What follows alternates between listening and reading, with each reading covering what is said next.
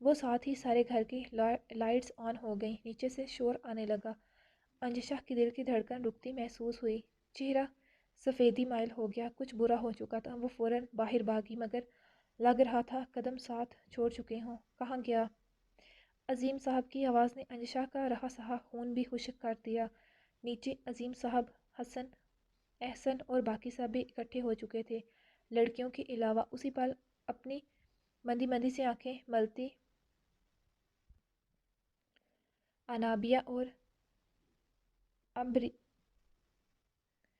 عربیہ آئی تھیں۔ کیا ہوا انجشا آپی؟ پتہ نہیں۔ اس نے لبوں پر زبان پھیرتے انہیں تر کیا۔ آخر کون تھا؟ عظیم صنوبر پھپھو نے پوچھا۔ شاید کوئی چور ہوگا، احسن نے اندازے سے کہا۔ نہیں بیٹا، کوئی چھوٹا موٹا چور یہاں آنے کی ہمت نہیں کرے گا۔ باہر آئی جی کے نام کی نیم پلیٹ ہے، اور پھر گارڈز۔ یہ کوئی اور تھا جو شور سن کر بھاگ گیا۔ اگر میرے ہاتھ آ جاتا تو زندہ واپس نہ جا پاتا اپنے پاؤں پر۔ سر، ہم چاروں طرف دیکھ چکے ہیں، کوئی نہیں ملا۔ اسی پل گارڈز آتے بولے تھے۔ سب حرکت میں آ چکے تھے۔ جبکہ نہ ملنے کا سنتے انجشا کا اٹکا ہوا سانس بحال ہوا۔ بابا جان، کیا ہوا؟ اپنے آپ کو نارمل کرتے انجشا نے انجان ظاہر کرتے نارملی پوچھا۔ کچھ نہیں بیٹا، آپ لوگ اپنے اپنے روم میں جاؤ۔ جی، اس نے اس بات میں سر ہلایا۔ انکل، ہمیں C C T V footage check کرنا چاہیے۔ انشا نے ابھی تو خدا کا شکر ادا کرتے خود کو نارمل کیا تھا، جب حسن نے نیا دھماکہ کر دیا۔ انجشا کا سانس دوبارہ اٹک گیا تھا، جبکہ ہاتھ پاؤں ایک دم سے سرد پڑے، کیونکہ سی سی ٹی وی فوٹیج میں وہ سب برہان کو دیکھ لیتے اور بابا کو ایک سیکنڈ نہ لگتا تھا اسے پہچاننے میں۔ اللہ جی، برہان کو اپنی حفاظت میں رکھنا۔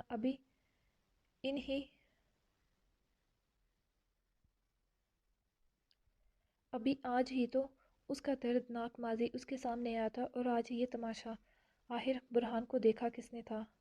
امانت، فوراً C C T V footage check کرو۔ آئیں سر، وہ کہتے سب باہر کی طرف بھاگے، جبکہ انجشا کا دل صرف ایک ہی دعا مانگ رہا تھا کہ برہان کی فوٹیج نہ ہو، کسی بھی طرح بابا اس کا چہرہ نہ دیکھیں۔ انجشا سفید پڑتی نیچے آ گئی۔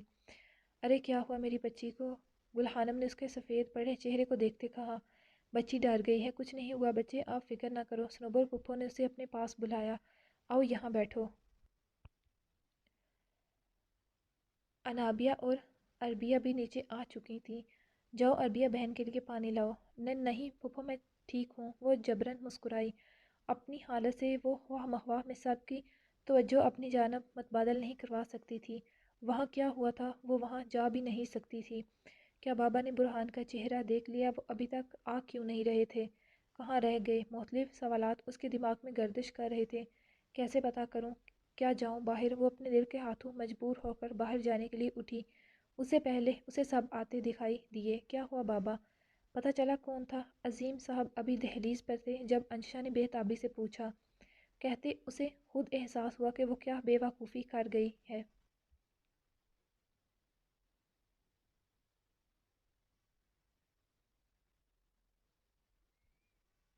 کوئی چور تھا کیا؟ اس نے ساتھ ہی بات بدلی۔ نہیں بیٹا، ہم چہرہ کیا اس انسان کو بھی نہیں دیکھ پائے۔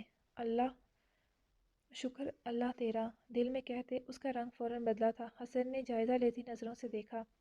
ہم نے بہت کوشش کی مگر کوئی سراغ نہیں ملا، پر بھائی صاحب سوچنے والی بات یہ ہے، اسے کیسے پتہ تھا کہ گھر میں کون کون سی جگہ پر کیمرے نصب ہیں؟ کیونکہ اگر اسے پتہ نہ ہوتا تو یقیناً کسی نہ کسی کیمرے میں تو نظر آتا، مگر اس کا چہرہ کیا، اس کا سایہ بھی کہیں محفوظ نہیں۔ شاید کوئی ہو ہی نہ، آپ سب کو وہم ہوا ہو۔ انجشا نے بابا سے کہا۔ نہیں بیٹا، حسن نے خود اپنی آنکھوں سے دیکھا تھا اسے۔ جبکہ انجشا نے چونکتے پہلے حسن کو دیکھا جو اسے ہی دیکھ رہا تھا۔ اس کا دل کیا حسن کو اٹھا کر کے سمندر میں پھینک دے یا کسی اونچی پہاڑ کی چوٹی سے گرا دے۔ مطلب میرے روم میں پانی نہیں تھا، وہی لینے آیا تھا میں نیچے کچن میں، جب مجھے باہر لان میں سایہ سا نظر آیا۔ اندھیرے کی وجہ سے میں اسے صاف طور پر نہیں دیکھ سکا، مگر وہاں اس نے ہوڈی پہن رکھی تھی، تو میں نے ایمرجنسی بیل جو باہر گارڈ کی روم میں ہے بجا دی۔ اور آپ کو کیسے پتہ چلا اس بیل کا؟ آنٹی نے ابھی 2 دن پہلے ہی مجھے اس کے بارے میں بتایا تھا، اس نے گل خانم کا کہا۔ مگر مجھے سمجھ نہیں آیا وہ اتنی جلدی غائب کیسے ہوا؟ جو بھی تھا، کیونکہ اگر وہ دیوار بھی پھیلا کر جاتا تو کم سے کم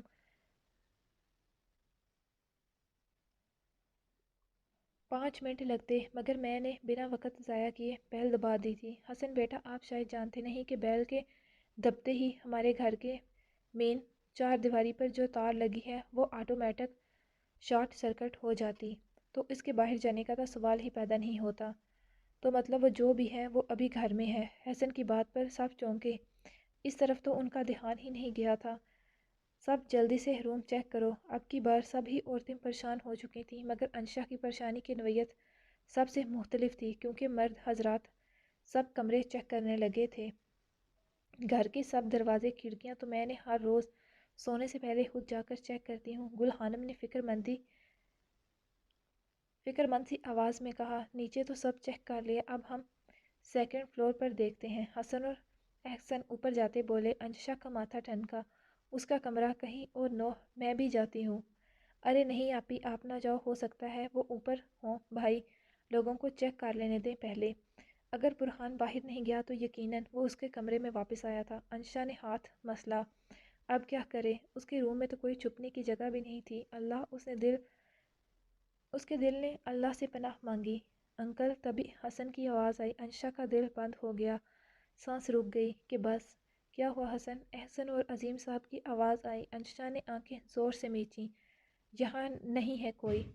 حسن کی آواز انشا کی جان ڈال گئی تھی۔ تو پھر کہاں تھا برہان؟ سوالیہ نشان بن گیا تھا یہ۔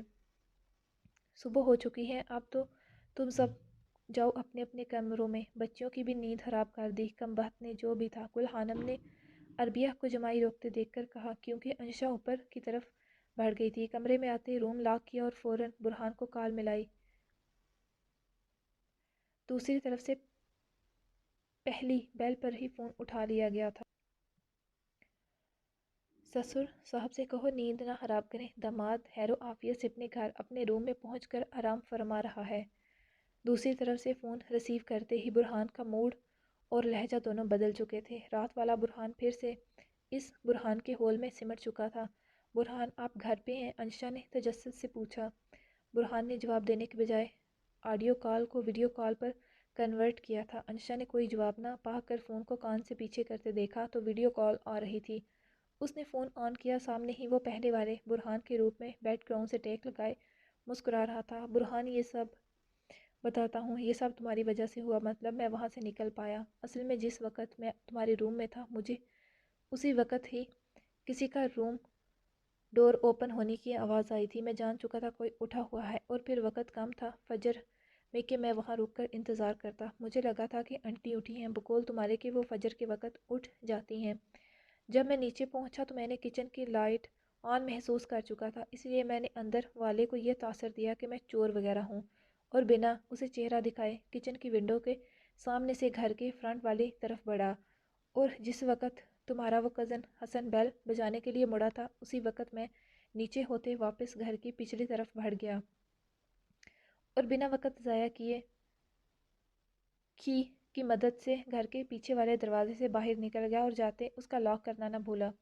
برہان نے انشا کے چہرے کے تاثرات دیکھتے کہا، برہان سچ سچ بتائیں، کیا میرے سے پہلے بھی کسی لڑکی سے چھپ چھپ کر ملنے جاتے تھے؟ انشا اپنی حیرت پر قابو پاتی مشکوک لہجے میں بولی، جبکہ اب کی بار برہان کا قہقہ بے ساختہ تھا، ایک نہیں 3 4 سے۔ اس نے بامشکل اپنے قہقے پر کنٹرول کرتے انشا کی آنکھوں میں دیکھتے سنجیدگی سے کہا تھا۔ انشا اسے گھورنے لگی، تم نے ہی تو بتایا تھا کہ تمہارے گھر کی وال پر جو تار لگی ہے اس کا لنک کچن بلکہ انکل کے روم میں لگی بیل سے ہے، وہ آٹومیٹک شارٹ سرکٹ کر جاتی ساری والز کو۔ تو بس میں نے حسن کی اگلی کارروائی کو سمجھ گیا تھا، اور کی کہاں سے آئی آپ کے پاس گھر کے ڈور کی؟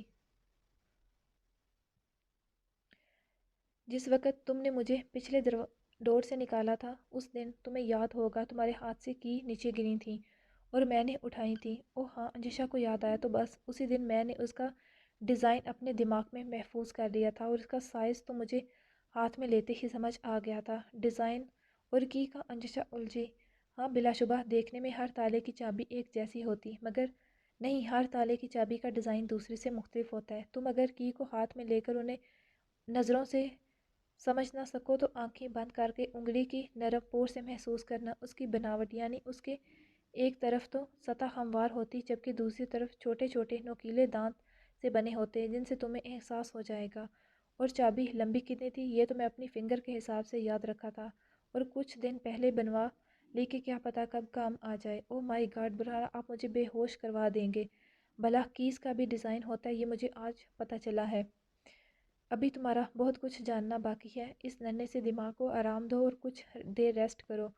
اس حسن کی وجہ سے تمہاری نیند خراب ہوئی، لگتا ہے تمہارے کزن کو دعوت پر ملنا ہی پڑے گا۔ نہیں برہان،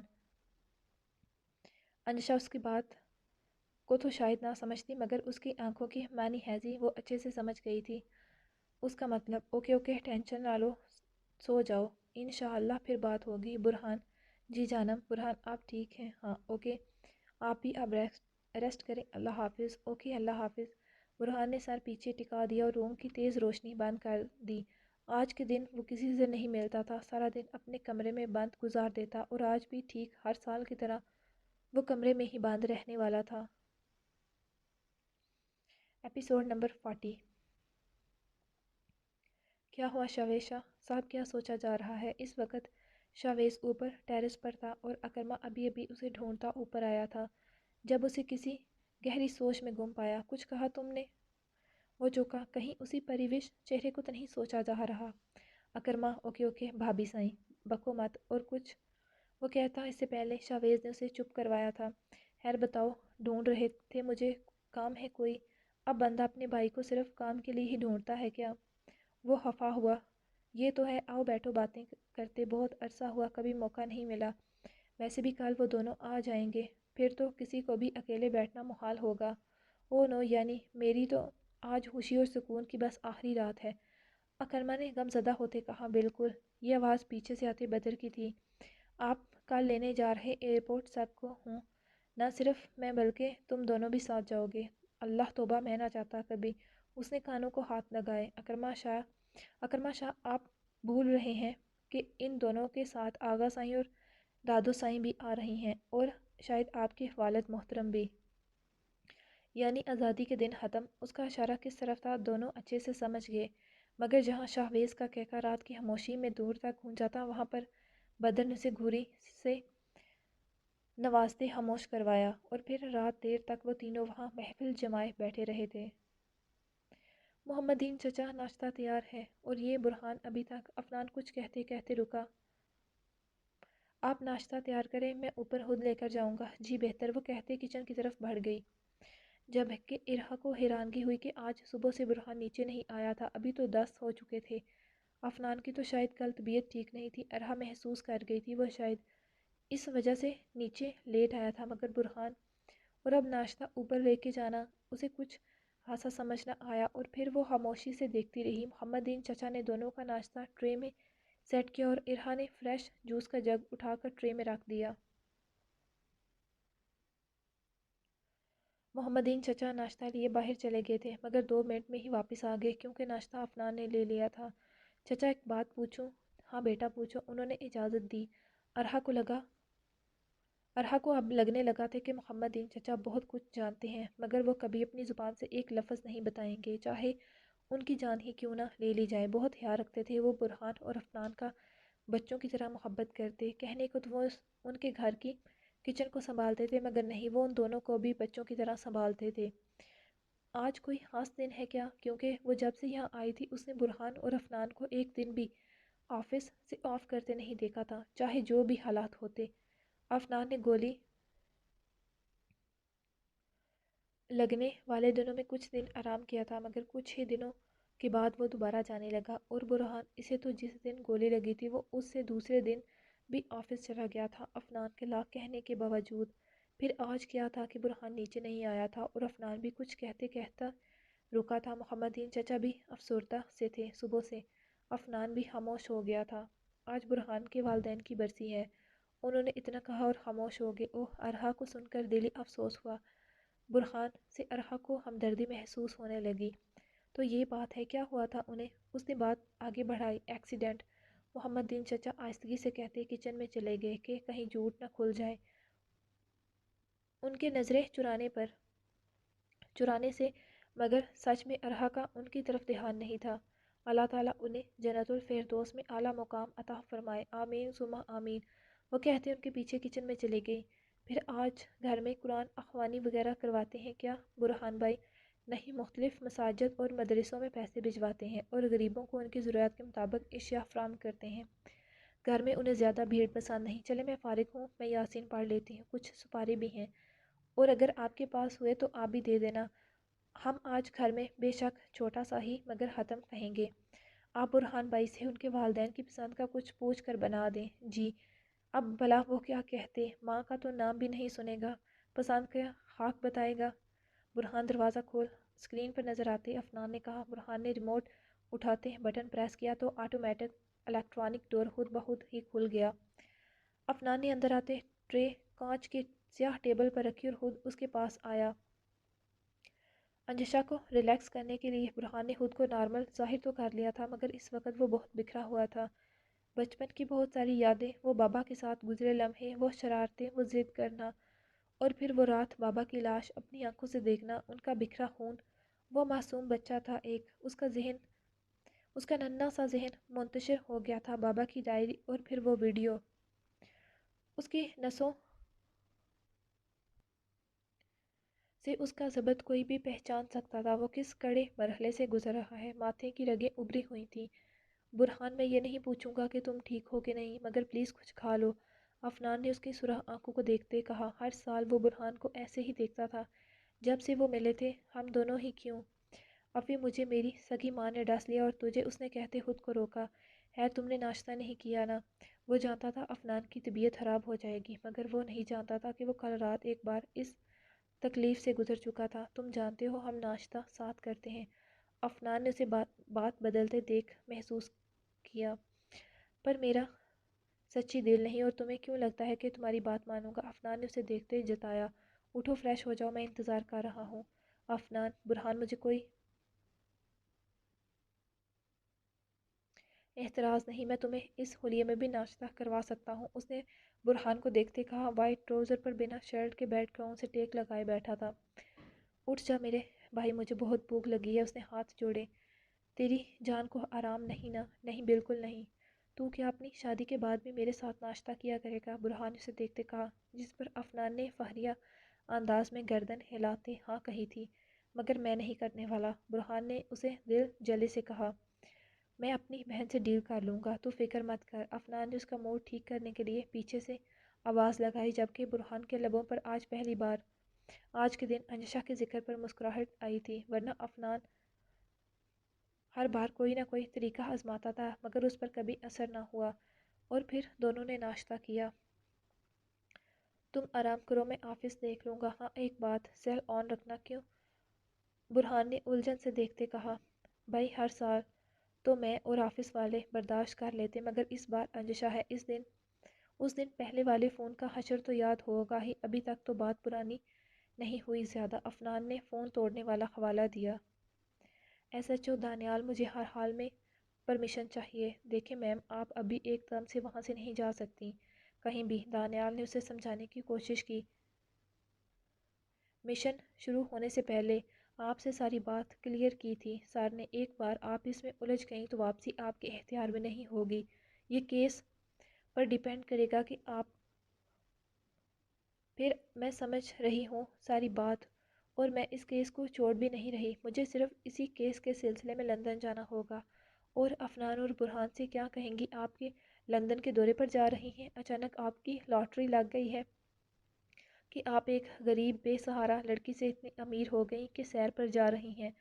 کچھ تو سوچیں میم، آپ کی اس فیصلے سے کیس تو آپ کے ہاتھ سے جائے گا مگر ہماری ساری اتنے ماہ کی محنت سب کیے کرائے پر پانی پھر جائے گا۔ اپنے کیریئر کا سوچیں، کوئی بڑا کیس نہیں ملے گا آپ کو، کوئی آپ پر دوبارہ بھروسہ نہیں کرے گا ڈپارٹمنٹ سے، اور اپنا نہیں تو کم سے کم ہمارا سوچیں، اتنا قریب جا کر پھر سے ہار مقدر بن جائے گی۔ پہلے ہی آپ جانتی ہیں وہ برہان زیدی بہت شارپ مائنڈ بندہ ہے، آپ کا ایک ایک قدم ہمارے مقصد سے دور نہیں بلکہ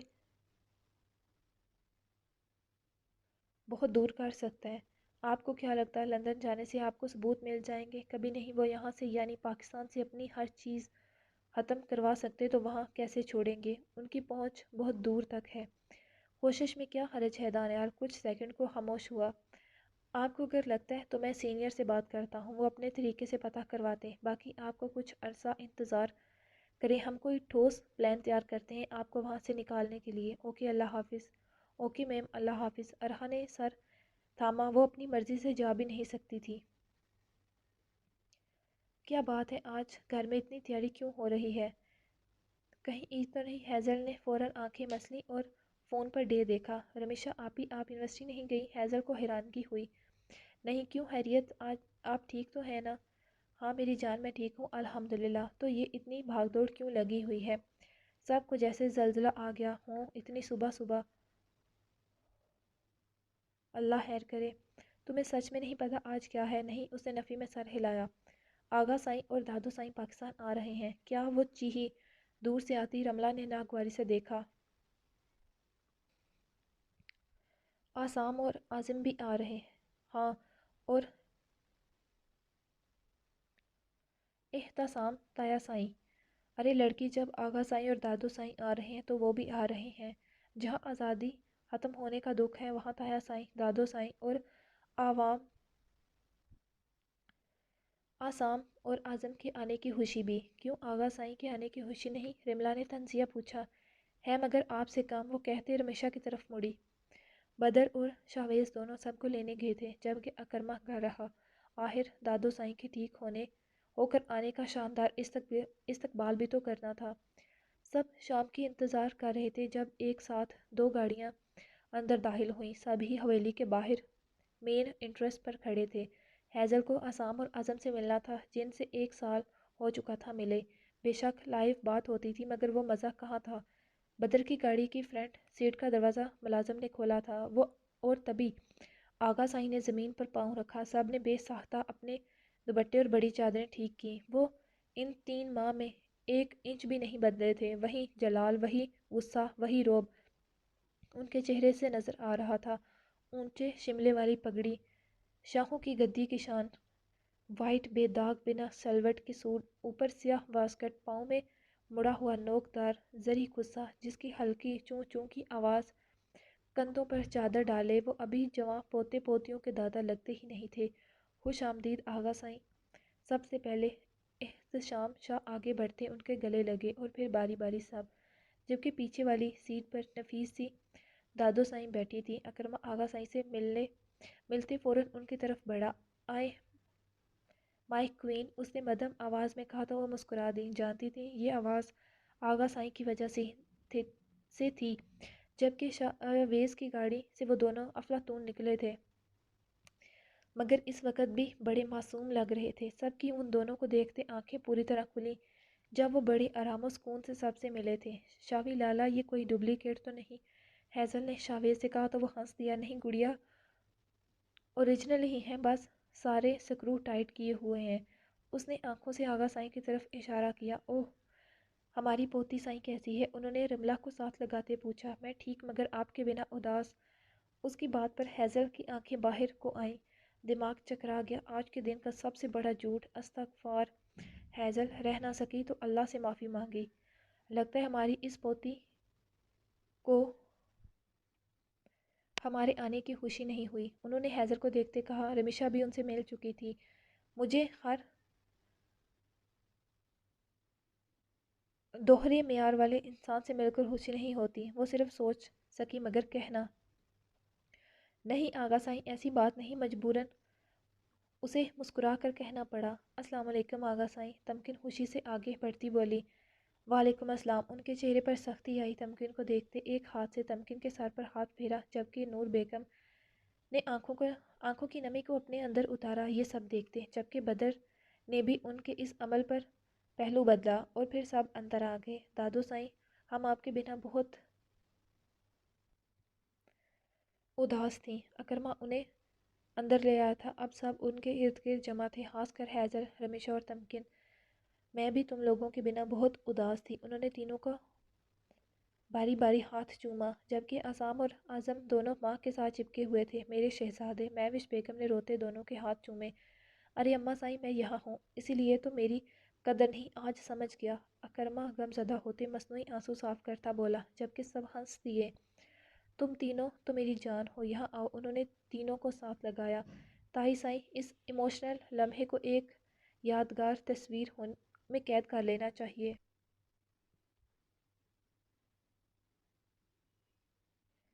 ہاں ضرور۔ اور پھر ہیزل نے ان تینوں ماں بیٹوں کی تصویر اپنے پاس محفوظ کر لی، جبکہ آغا سائیں اپنے کمرے میں جا چکے تھے۔ ویسے تایا سائیں، آپ کو ان تین ماہ میں تائی سائیں کی کمی محسوس نہیں ہوئی تھی؟ وہاں ہیزل کی بات پر جہاں مہوش بیگم سٹ پٹا گئی، وہاں احتسام شاہ بھی پزل ہو گئے تھے کہ کیا جواب دیں، جبکہ ہادیہ بیگم نے اپنا سر پکڑ لیا کہ کیا کرے وہ اس لڑکی کا، اور باقی سب کی دبی دبی ہنسی سنائی دینے لگی۔